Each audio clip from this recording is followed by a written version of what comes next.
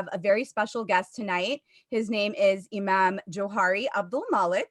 But before that, I would like to introduce my co-host, Sister Zienab Fahs from CAIR-Michigan. She is the director of Safe Spaces. Assalamu alaikum, Zienab. How are you? Walaikum assalam. How are you? I'm good, alhamdulillah. How are you? I'm great, alhamdulillah, doing well. I love your hijab. It looks like we're matching today. Are you wearing a jersey scarf? I am. Jersey scarf from Hijrah. One of my go-tos, definitely a fan favorite. Mine too. The last time I was on the show, I was wearing an hijab as well. So I think we both have really good taste, mashallah. Definitely a convenient throw-on wrap, especially while I'm at home. So there we go, Melanie Al-Turk. We're doing a little plug for her, and we didn't even plan this. So now, fun fact, Melanie actually used to be working for CAIR-Michigan, and I actually, she used to have my position that I have now, working within Safe Spaces.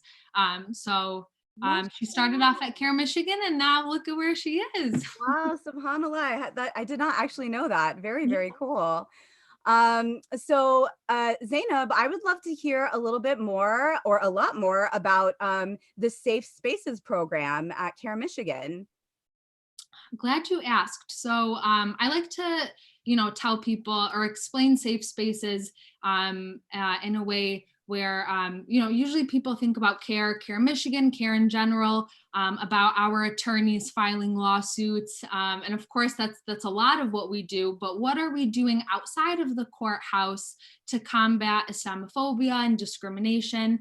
And that's what Safe Spaces is really trying to do. And it does a lot of what the name says. We're trying to create safer spaces for Muslims within the state of Michigan. And our goal is to do that within two ways. Of course, we want to be preventative. So we want to be proactive and prevent these incidents of bias before they occur. But then we also want to make sure, of course, we're representing our Muslims, like I said, within these spaces, whether they are public or private institutions, workplaces, schools, universities. And how we do that is through our programming and the services that we offer. So, for example, ensuring that there are halal food accommodations for students within schools or universities or even correctional facilities. We are working on policy change and policy implementation, even in public sector. It may be a case where we have to, where we're on the reactive side, it's not always proactive, sometimes we get cases and incidents and how do we react to those things? Maybe we're offering cultural sensitivity trainings inside schools. So we're working with the students, the teachers, and administrators. We are working with police departments to make sure that they can accommodate Muslims, Muslim men and Muslim women. We see a lot of issues with that. A lot of this is guided to, I'm always shocked when I'm in spaces and people have told me or tell me, oh, I've never met a Muslim before. You're the first Muslim I've ever spoken to. Wow. In Michigan. Yeah, in Michigan, that's what people always say. In Metro Detroit, in neighboring cities of mine. And, of course, ordinary Americans don't turn to the Quran or Hadith when they want to learn about Islam. Where are they picking this up from? It might be media, social media, news outlets, parents, families, schools. So Safe Spaces is a way where, Muslims can kind of use our own voice to teach others about Islam. But like I said, implement policy and training and educate those around us to make sure that we are fairly represented in the spaces that we occupy and that we coexist with our fellow Americans. That is beautiful, Zienab, and what important work, seriously. How has it been for you? I mean, has it been pretty difficult? I know that you've been with Safe Spaces for, you're somewhat new to this, right? Yeah. How have you found the work? I started 3 months ago, 4 months ago. you know, the work, I enjoy my work, but I'm upset that I have to do my work, you know. Right. You're in a space where, you know, you're fighting for your fellow Muslims on behalf of their civil rights and civil liberties that you know should be free for us to practice, regardless of where we live, regardless of what faith we're practicing, etc. So I enjoy the work that I do, and I love that I get to communicate and interact with different communities, children, older people at the university, not older people, sorry, older adults, you know, those at the university level, etc. It's all enjoyable work, but of course, you know, a lot of it's difficult to take in. But I think that really does empower me to do more, and empower me and encourage me to be as successful as I can in my position. Wow, mashallah. You are truly an inspiration, Zainab. Mashallah. That's, like I said, really difficult work. And you seem to be really, you know, very much in it and very, very committed, mashallah. So jazakallah khairan for all the work that you're putting into this. You're Thank you doing a so great much. I'm job. happy to be part of the CAIR team. It's definitely been Yeah. a dream of mine. The CAIR family. You're part of the CAIR family. CAIR family, exactly. So with that, if we have Imam Johari ready to enter our little conversation here. Salaam alaikum, Imam Johari. I believe you're muted, so just wanted to let you know that. Am I muted now? You are unmuted, mashallah. Actually, you're muted again. Okay, No, no, I'm you're just not. joking. You're I'm playing a joking. I'm joke on joking. that. I'm joking. Very good. Alhamdulillah. It's really great to see you, Imam Johari. The last time I saw you was in person a year ago because it was Ramadan and you were hosting one of our telethons, mashallah. You've been so committed and dedicated to supporting CAIR throughout the years. So jazakallah khairan. It's great to have you here again. And I think Zainab's going to do a little bit of an introduction. Really? Before Zainab introduces me, I just really want to say that the work of Safe Spaces is really, really interesting now because people in America, we're all in the same boat now. So some of their hostilities or fears are now being overridden by a bigger fear. So if there's somebody who's going to be helping them, who's a neighbor, who's whatever, now they see that other person is also somebody who's dealing with the same thing, the inconveniences, the risks, the fears that everybody else has, which ought to make your work in some ways easier. Inshallah, it does. I want, before we get in conversation, I want to make sure that I introduce you properly. So Imam, for those of you who may know, Imam Johari is Imam Johari Abdul-Malik. He previously served as Director of Outreach at Hijrah Islamic Center. He was also the first Muslim chaplain at Howard University. And he attended Howard University for his bachelor's and master's. And he also served as the president of their MSA, which is something that we have in common. I actually served briefly as the president of MSA for my alma mater, Oakland University. So me too. I was president of my MSA for 2 years. So there we go. Excellent. Great to have us representing Muslims. That wasn't the Muslims Matrimonial Student Association, was it? Not my MSA. I made sure it wasn't. No, just kidding. It wasn't mine. Whoops. Well, moving on. I see that Zainab did not answer that question. Today we're going to be talking with Imam Johari about spiritual resilience during these times, during this COVID-19 pandemic, and these times of uncertainty. So I want to jump right in and talk to you, Imam, and actually bring up the point that you just brought up about how now, you know, we're all staying at home, we're all kind of on the same boat, we're all experiencing the same fear. How, I guess I want to ask you, how do you think we can use that, I guess, in a sense, to our advantage, to all feel like we're uniting right now as citizens of America and, you know, across the globe, how do you think we can use this time to really reflect, but also unite across faiths? You know, Bismillah ar-Rahman ar-Rahim. For most of us, you know, the issue really is not how we will function together in a crisis. For the most part, when there's a crisis, people join together. They realize that even if I don't like you, we have to somehow get through this thing together.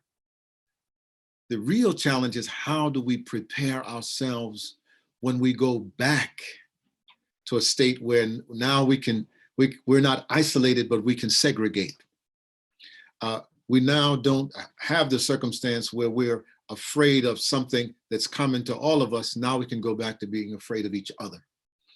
And so right now really is a time for people to have that moment to say, you know what, I'm going to make a commitment to myself, to my community, to my world, that I'm not going to go back to the way that I used to be. This is the real challenge. And it is for America a very unique time, because prior to COVID, people would tell you we were a very divided nation. People who are supporting on the left and on the right, and the race class phenomenon. Well, now it doesn't matter what class you're in. For the most part, you probably can't get toilet paper just like the rest of us. At least you worried, you rich, you worried you're gonna run out of toilet paper, which is something that rich people never had to worry about. So I believe that the big question is how, from this experience that we're having collectively, that we'll be able to continue to behave as human beings after we come out of this isolation. You know, the other thing that I think is deep is that not only as Americans, but we are affected by what one of my friends calls American exceptionalism, where as Americans, we're not supposed to run out of stuff. We're supposed to be able to go wherever we want to go, whenever we want to go there. And the more money you have, the more of it you can do. There's never a shortage. Anything you want to buy, the store has all of the variety of things, and that's whether you're rich or poor. It's all there for you. Now, we as Americans are experiencing what some poor people around the corner and some poor people around the world, that's their reality every single day. If I'm going to put something on my house, I need a sink. If you're in Africa or Asia or South America or parts of this country, and you go and you say, well, I'm sorry, we don't have any more sinks. We're out of sinks. You'll have to wait until later to get a sink. You're like, what?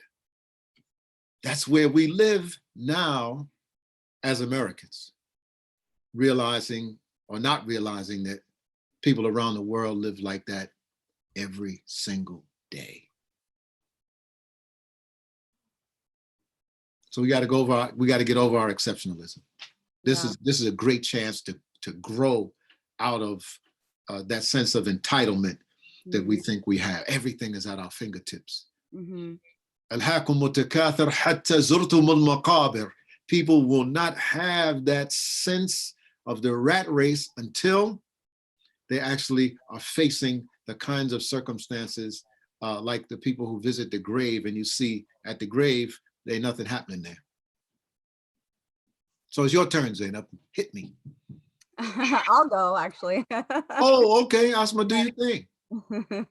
So, Imam Johari, can you explain the theological difference between a test from Allah subhanahu wa ta'ala and a punishment from Allah subhanahu wa ta'ala? SubhanAllah. I mean, I know that there are many, many, many religious people of every tradition who would like to say that what's going on now is a punishment from God.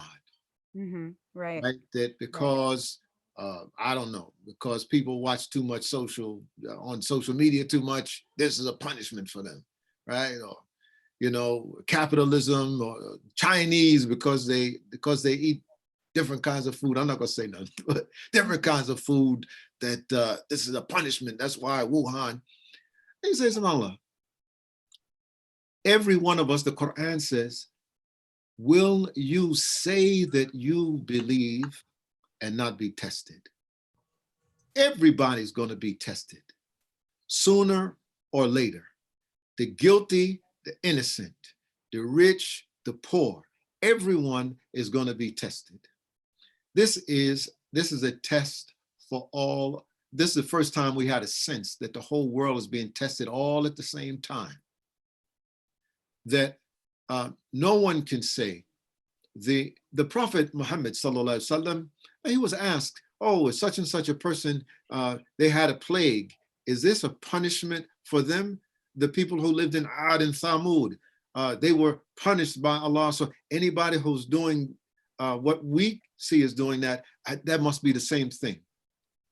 The Prophet ﷺ informed us that you don't know who is the one who's being punished for what they're doing. So you can't ascertain. You see, oh, there's a person, you know, they have something in this country called prosperity theology. Muslims don't have that. Muslims have other theology, poverty theology, but the prosperity theology, that if you are poor, it's because God is judging you, because you're immoral, and that's why you're poor. Or if you see a person has a certain kind of disease, oh, you see God is punishing them because of their lifestyle. SubhanAllah, there are people who are the most wonderful people. They seem to have the most religious, spiritual, kind, generous life, and they have cancer and they die. Right? You say, well, what is that? For them, and I'll tell you a story. I met a woman one time, and it was on the last few days of Ramadan. And I'm leaving the masjid, and I'm about probably to fly to some city to do a fundraising for CAIR or something like that. And you know, and you have to get there in time in order for you to you know, catch your flight and etc. And on my way out of the masjid Friday, the brother at the desk says, Imam, there's a woman who called from the hospital. She's dying in the hospital, and we need somebody to go visit her. I'm saying to myself, hey, don't they have other imams here? You know, I'm busy. I've got all this stuff to do, you know, and you know, I'm doing my thing. He said, brother, no, there's nobody here. Everybody left. But the lady's dying in the hospital. She needs somebody to visit her, as the hospital is near us. So I said, subhanAllah, I'm gonna go by the hospital. And feeling, okay, I'm gonna give the lady 10 minutes, right? Because then I have to jet and get to the airport. When I get there, knock on the room of the door of the room, somebody cracks open the door and says, I'm sorry, you'll have to wait. She's busy. I'm like, oh, okay, right? You usher me over here. Now you are busy, okay, right? So I said, well, you know, alhamdulillah, I'll go and I'll read some Quran, and I'm gonna give her 10 minutes because I'm so busy. About 2-3 minutes later, the door opens and they say, you can come in. So I come in, and I'm, you know, trying to be, you know, thoughtful and sensitive. Sister, how can I help you? She says, Imam, I have a couple of questions for you. One, I have had chemotherapy, so I don't have any hair. And I'm concerned that I wanted to be able to braid my hair for my burial, but I don't have any hair. I said, subhanAllah, sister, Allah know you don't have any hair. And that's why, you know, it's personally fine for you to be buried without braiding your hair. She said, okay, next, I need to get the number of the funeral home so that I can call them to make my final arrangements. She said, I don't want to leave it to my children. I want to do it myself. Mm. I'm like, okay, okay. So I open up my thing and I write down the number. I said, sister, anything else? She said, yeah, Imam, I want to tell you one other thing. She said, I haven't always been the best person, but I always tried. That I worked hard in this country to raise my children without a father. And she said, I want you to know that this whole world and everything in it is not worth more than the wing of a fly. People are so preoccupied with all this stuff. Now that I know that I'm facing the ultimate reality, I'm not afraid. That's why she can call me and say she wants to make her own arrangements and so on. She said, you know, but I do want one last thing. Ask Allah to let me die in the month of Ramadan. Mm. And I want you to, I want you to like place this now in our own context.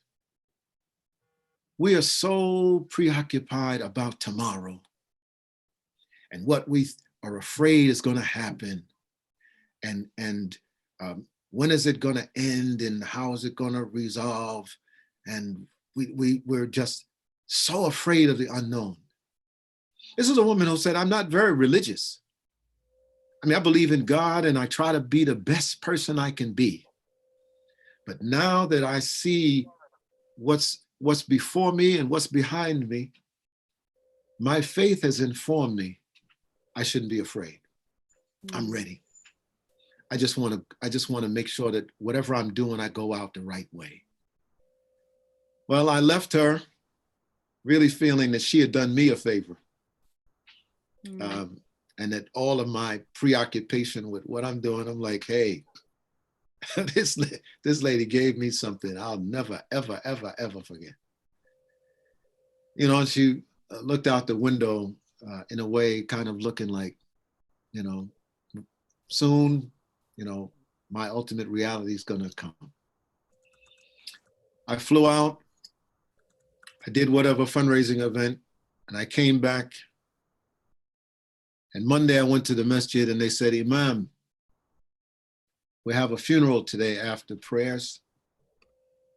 Today is the last day of Ramadan. It's that lady from the hospital who called us. She got her wish. She got the wish that she wanted. It wasn't what most of us would be thinking in COVID. Oh, I don't want to die from COVID. Oh, if I get sick, what's going to happen? Oh, you know, my job. When you get to the place where you say, you know what? Everything is in God's hands. I don't know what it is. I'm just going to be the best today that I can be. To do whatever I can in the moments that I have, no matter whether I have another 50 years or whether I have 50 minutes. And living that kind of living in the moment is probably what's going to help most of us get through. She taught me that lesson, and Allah gave her her wish. Wow, subhanallah. SubhanAllah. Thank you so much for sharing that story. Inshallah, we all can, you know, learn from that sister and learn from you, and hopefully reflect during these times, and realize, you know, that just like you said, you know, this life is you know, so minute compared to the afterlife and what's really important. But this life is also very important because we need to make sure that we're working hard, so that we have an afterlife that we are happy with, and one that we, inshallah, you know. And to do it and not to put it off. Right now, you have people calling their friends and relatives just because they don't know whether or not they'll be able to see them again. And so you're finding family group chats, you're finding friends texting each other, just, hey, I'm just texting you to see how you're doing. And if you have friends from around the world, you start getting messages from places and people that, you know, You have no idea who's going to reach out to you. And so, I mean, this is part of the phenomenal nature of the times we live in. But, you know, on the matter of faith, one of the issues that we have is that this is really not something that you can prepare for. You have to be working on yourself right now to get through. By the way, let me buzz off for just good. Okay. No, there's some noise in the background. I don't know if you probably could hear it. We don't, even if there was. My dehumidifier responding. That's okay. We can hear you. It's been rainy, but you know, people say, well, you know, how can you prepare emotionally, spiritually for something like this?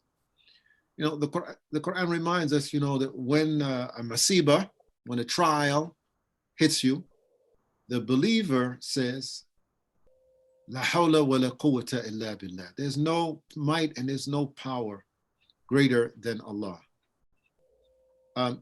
For people, you know, and sometimes I worry. There's some people I think who never had a personal relationship with the divine. If you haven't, it's time to get one. And you don't need any kind of special formula, you know. I remember, and I know our time is short, but I remember I was making the pilgrimage to Mecca, and many people are sad that Mecca is closed to the global public. But I was in Mecca and I was making the circumambulation, the tawaf around the Kaaba.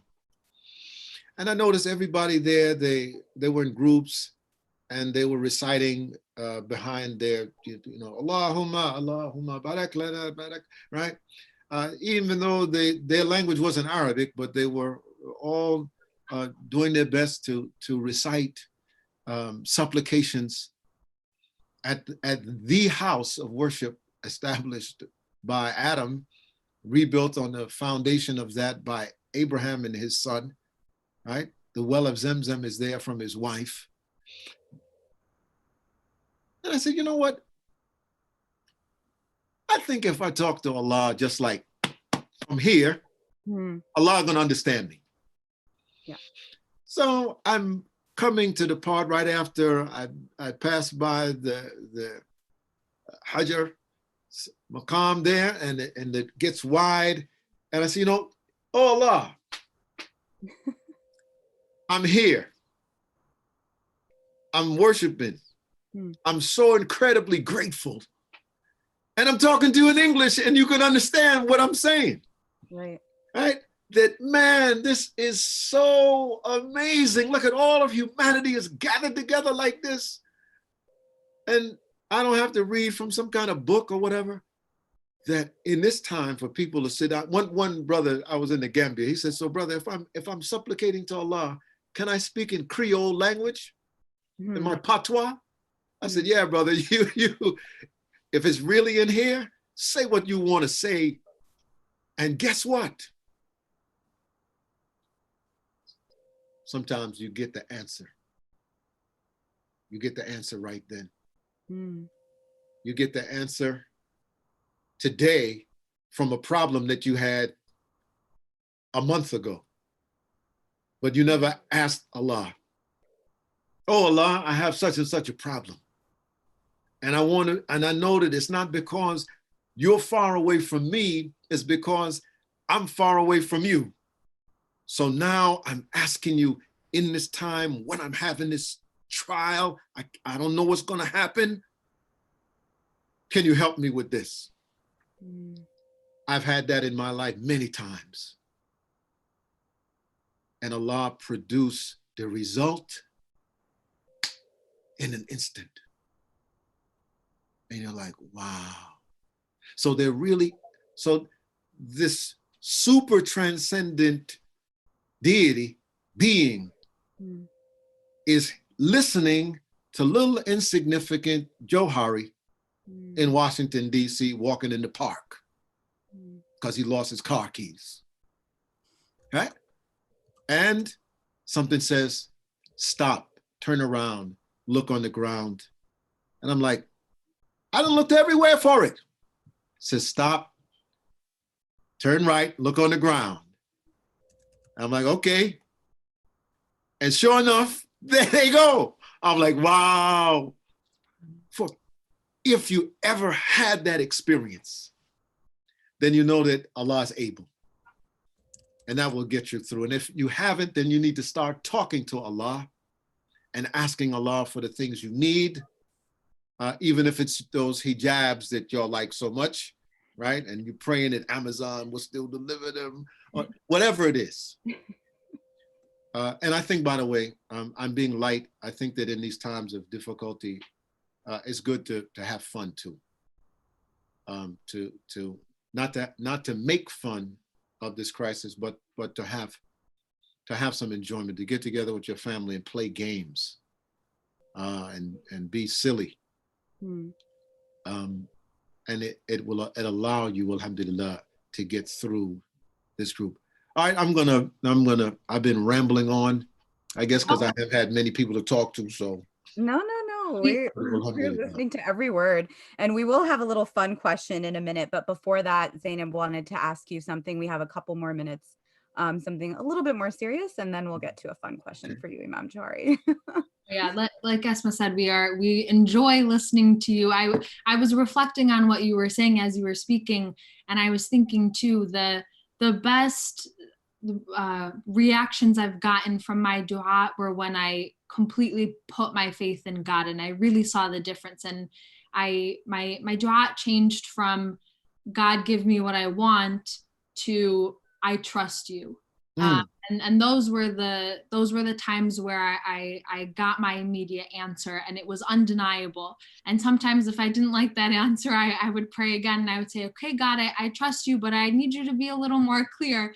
And I would still get that same answer. So, reflecting on that, I hear you, and I completely understand that. So it's nice to hear what you have to say. And before we sort of wrap up, I want to add in too, we've been getting a lot of comments and questions and concerns about, kind of what we were talking about earlier. During this time, this fear and this doubt has been increasing and has been kind of infiltrating our iman. Our religion is more or less communal. We go to the masjid, we see one another. That's how our iman is strengthened. So now during these times where we're home, and yes, some of us are home with family and some of us are home alone, but during these times, unfortunately, a lot of us may be losing our connection with Allah subhanahu wa ta'ala. So what advice do you have specifically for those feeling disconnected with deen, unable to go to the masjid or to, connect with their local sheikh or imam? How do you think you can advise those who are feeling lost and maybe who have those feelings of doubt, fear, or are feeling misguided? We are about to enter the month of Ramadan. But maybe we should, when we look at the Prophet alayhi salam's experience, we think about Ramadan and say, okay, the Prophet receives the Quran, and he receives the Quran how? Because we know that he would leave Mecca. He would leave his family, and he would leave his friends, Abu Bakr and those guys. And he would go into a cave, Ghar Hira.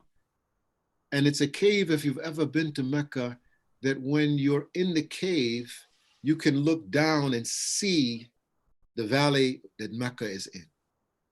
So he's in a place where he has a perspective to look down and think about his people and his community and the struggles that they have. And he does it alone.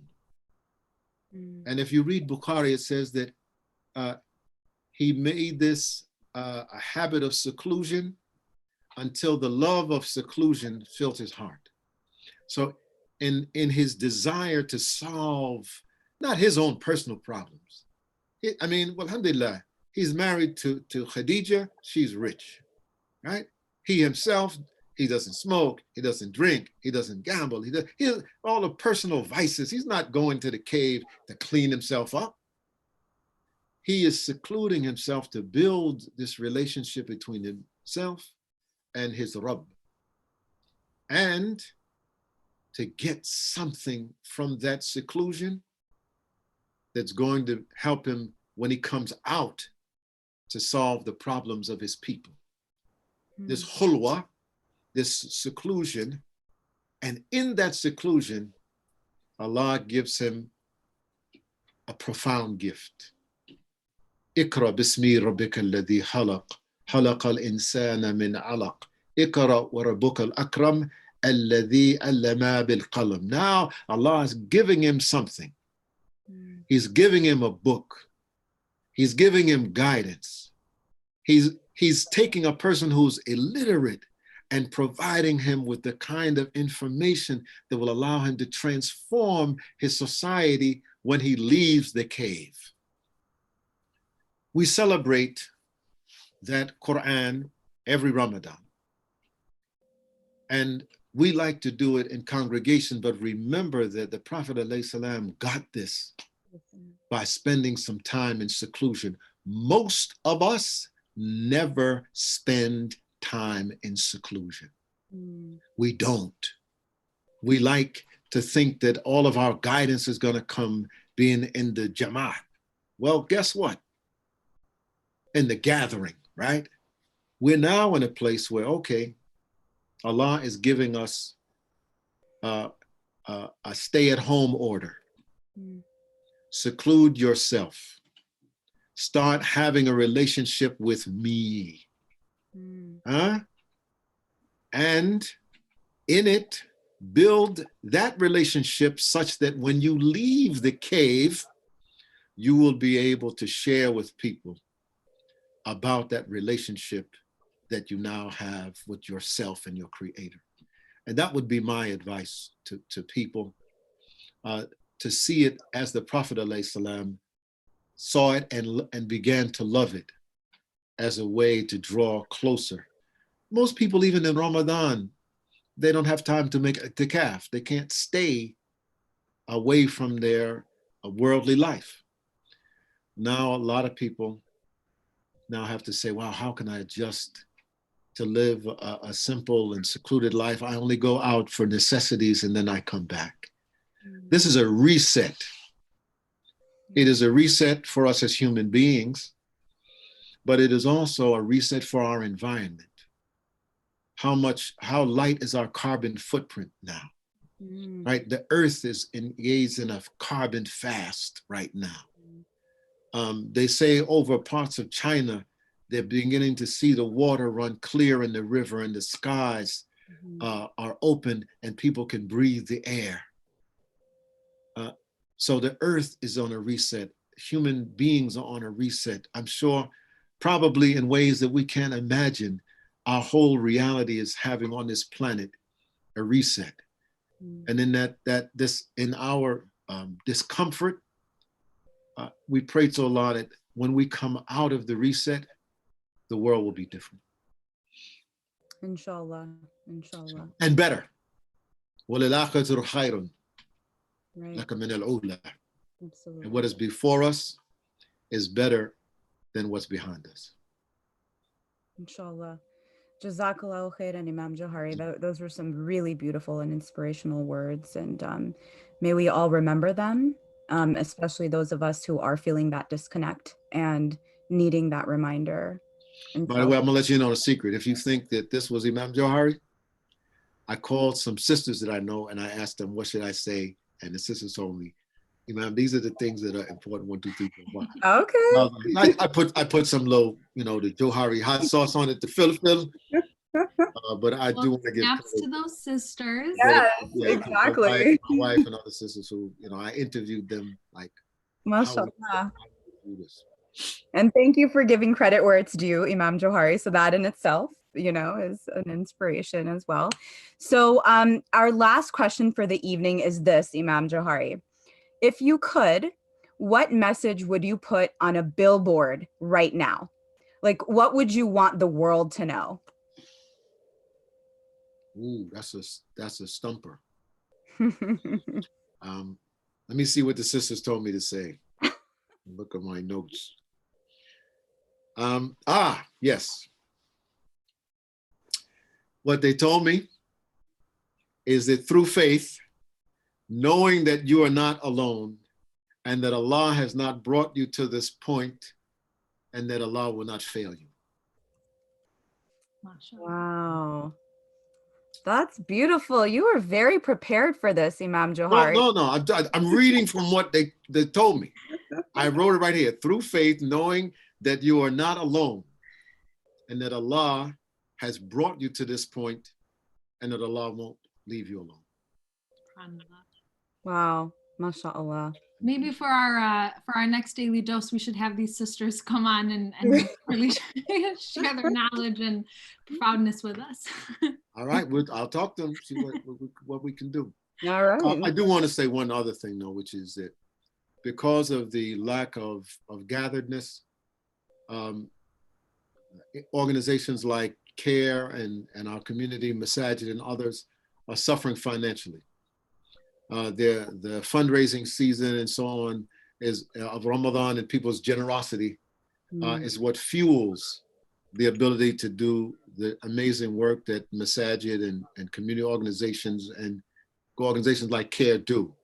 So when you see the email, donate generously, walhamdulillah, so that we can continue to do this work.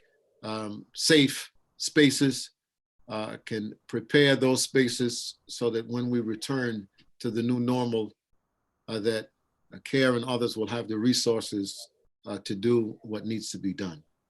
And may Allah reward you. I know some people, their finances are limited, but know that your wealth will never be diminished by sadaqah. You just have to believe it and know that the only way that you can receive is if your hand is open. So with that, I'm going to turn it back to you. But subhanallah wa bihamdik wa shadu an la ilaha illa anta wa astaghfirullah wa natubu ilayk. That was my last question, right? It was your last question. Okay. So with that, Imam Johari, thank you so much for joining us tonight. It was an honor and a privilege learning from you as always, and we look forward to continuing to collaborate with you in the future, inshallah. So thank you for being here with us. Inshallah, keep me in my family, and I'll keep yours and everyone's family in our prayers, that Allah will bring us through this trial in the most excellent and amazing manner, inshallah. Ameen. Jazakallahu khairan. And I wanted to thank Zienab. You've done a great job co-hosting the show tonight. Thank you for taking the time to be here with us. I can't wait to co-host with you again in the future, inshallah. Thank you. This has been a great time. Thank you for being my fellow co-host. I enjoyed it, and inshallah I'll be on another daily dose soon. Inshallah, with another out to job that we'll coordinate with, inshallah. I have plenty on deck, so you let me know which one. Inshallah. Jazakallahu khairan, Zienab. And to our dear viewers, as we've mentioned here in the past, please make sure you check out www.cairnewsroom.com for regular updates on how the Muslim community is responding to COVID-19. And make sure to join us again on Monday for a program about the title is Medicine or Mythology, Facts on COVID, Healthcare, and Racial Inequality. We have a very special guest. Her name is Donna Demir of the Zakat Foundation, inshallah. And until then, take care of yourselves and take care of each other. Jazakallahu khairan and wassalamu alaikum. Wa alaikum assalam.